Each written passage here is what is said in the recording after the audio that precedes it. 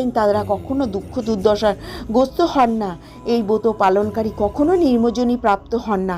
কেশবপ্রিয়া তুলসীপত্রে যিনি শ্রীহরির পুজো করেন, পদ্মপাতায় জলের মতন যিনি পাপে নিলুপ্ত থাকেন, তুলসীপত্র দিয়ে বিষ্ণু পূজায় ভগবান যেমন সন্তুষ্ট হন, মণিমুক্তাদি মূল্যবান রত্নর মাধ্যমেও তেমন প্রীত হন না।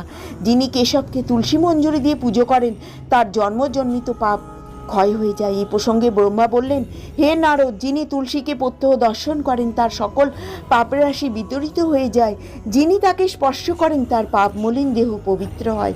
তাকে প্রণাম করলে রোগ দূর হয়। তাকে জল সিন্থল করলে যমও তার কাছে আসতে ভয় পান। শ্রীহরি চরণে তুলসী অর্পিত হলে ভগবতী লাভ হয়। হে কৃষ্ণ প্রদায়িনী, তোমায় প্রণাম করি।